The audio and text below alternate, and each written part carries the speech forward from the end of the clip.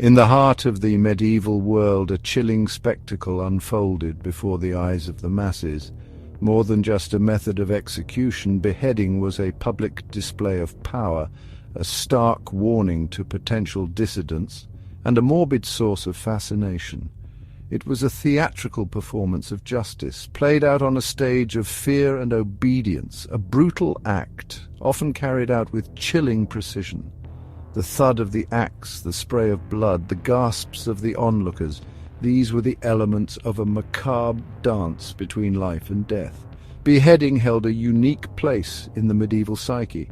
It was a punishment reserved for the most serious crimes, a symbol of the ultimate power of the state over the individual. The act transcended the physical realm, carrying profound religious and social implications. Stay tuned as we delve into the bloody history of beheadings in medieval times, exploring its role as a tool of power and a source of public fascination. Imagine a crisp autumn morning in a medieval square. The air crackles with anticipation as a crowd gathers, their faces a mixture of fear, excitement, and morbid curiosity. This was the scene of a public execution, a regular occurrence in medieval life. These events were not just about punishment, they were stark warnings, grim deterrents against disobedience and rebellion. The message was clear: defy authority, and this could be your fate. These executions were highly ritualized events. The condemned, often led through the streets in a procession, served as a walking reminder of the consequences of transgression. Their impending death was a spectacle designed to instill fear and obedience in the hearts of the onlookers, and for the common folk, these events offered an opportunity for so much more. It was a chance to collect blood or body parts, as these were considered to have either medicinal or magical healing properties at the time. This was especially the case when someone of royal blood was executed, for their blood was believed to have special or divine attributes. People would rush to the soulless bodies using cloth to soak up the fresh blood. Some would sell it to merchants of the macabre, others would use it themselves or to try to heal a relative. It was a mix of horror and fascination, reflecting the close relationship medieval society had with death and punishment.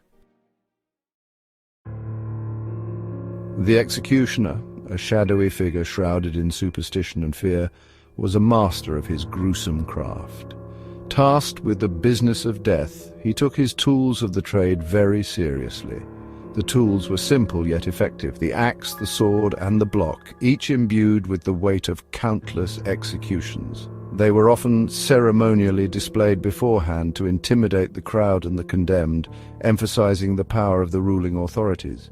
While commoners were typically executed with an axe, nobles were often granted the privilege of a sword beheading, which was considered more dignified and precise.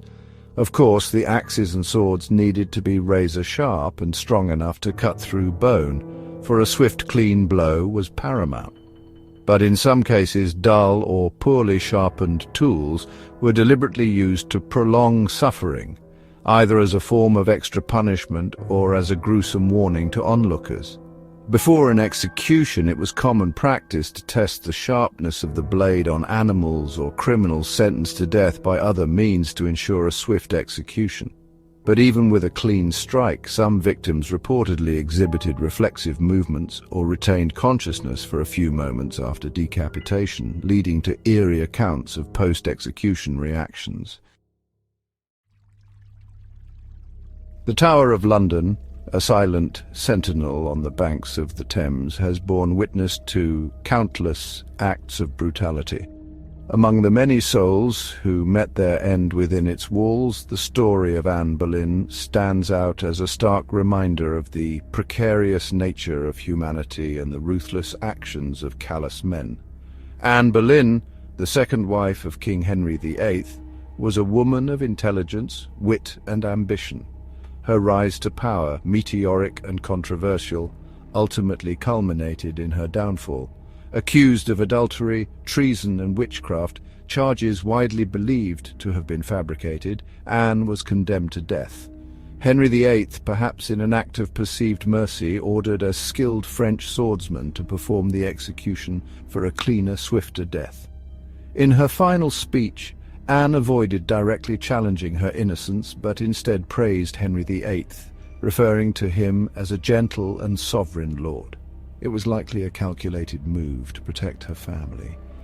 Legend has it that afterwards Anne's head continued to move and her lips muttered prayers for several moments after her beheading, contributing to ghostly tales in the Tower of London.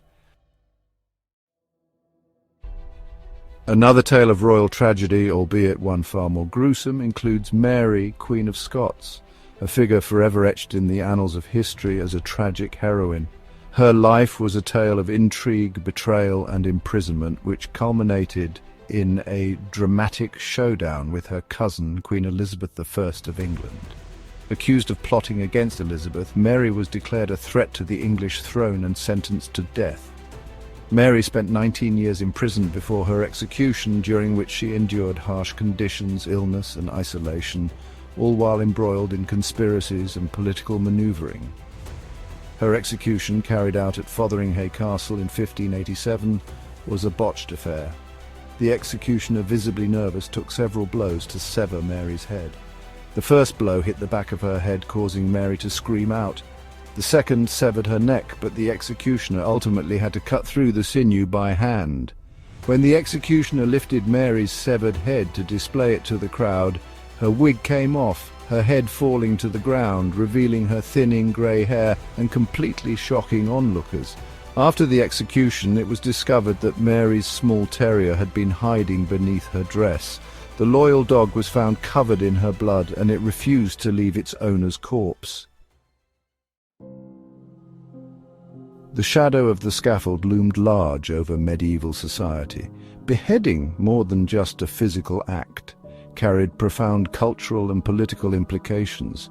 It was a potent symbol of authority, a gruesome reminder of the consequences of challenging the established order. Medieval beheadings were often treated as public spectacles, attracting huge crowds eager for entertainment. Vendors would sell food and trinkets, and people treated the event like a festival, complete with music and revelry. Certain locations, such as the Tower of London, became infamous for their executions. Some execution sites were designed to maximize visibility, ensuring that the entire town could witness the spectacle. The execution process often included rituals, such as the condemned being given the chance to speak their last words or forgive the executioner. Some executioners would pray for the victim's soul before delivering the fatal blow. Witnessing a beheading was intended to instill fear and obedience in the population. It was believed that the visual horror of decapitation would dissuade potential traitors and criminals from challenging authority. Spectators would often collect blood-soaked dirt, pieces of clothing, or even bone fragments from the site of an execution as grisly keepsakes or relics believed to have spiritual or protective properties. Afterwards, the severed head was sometimes paraded through the streets or displayed on a pike. In some cases, executioners would manipulate the mouth and eyes to mockingly speak to the crowd. As if this great spectacle weren't enough, the heads were frequently displayed on city gates, bridges, and castle walls to deter crime and rebellion. In London, heads were mounted on spikes on London Bridge, serving as a grim warning to those entering the city. The executioner, a figure cloaked in darkness and superstition, occupied a curious position in medieval society. He was both feared and respected, reviled and relied upon. His was a profession steeped in taboo, his hands stained with the blood of countless souls. Yet he was an integral part of the judicial system, the instrument through which justice was meted out. Despite their essential role in justice systems, executioners were frequently shunned by society due to the nature of their work. They were often forced to live outside city walls, leading to generations of executioners within the same families. Many executioners were part of long-standing family dynasties, passing down not only the job but also the tools of the trade. such as well-maintained axes and swords from generation to generation. In some cases, executioners were well-known figures who developed a reputation for their skill. Some even had fan followings, and people would bribe them to ensure a quick death for their loved ones or watch their brutal precision. In certain regions, executioners were paid handsomely for their services, especially if their skill ensured a quick and merciful execution. In medieval Germany, executioners were sought after for their medical knowledge. Because of their intimate understanding of anatomy from dissecting bodies, they often doubled as healers and surgeons. Since executions were not daily occurrences, many executioners supplemented their income by performing tasks such as torturing prisoners, disposing of bodies, or even acting as public sanitation workers by clearing waste from the streets. The executioner, a paradox of fear and respect, was an embodiment of the complex relationship medieval society had with death and punishment. Beheading, a brutal and public spectacle, left a lasting mark on the blood-soaked tapestry of medieval history. More than just a method of execution, it was a powerful tool of state control, a source of morbid fascination, and a reflection of the era's cultural and political landscape.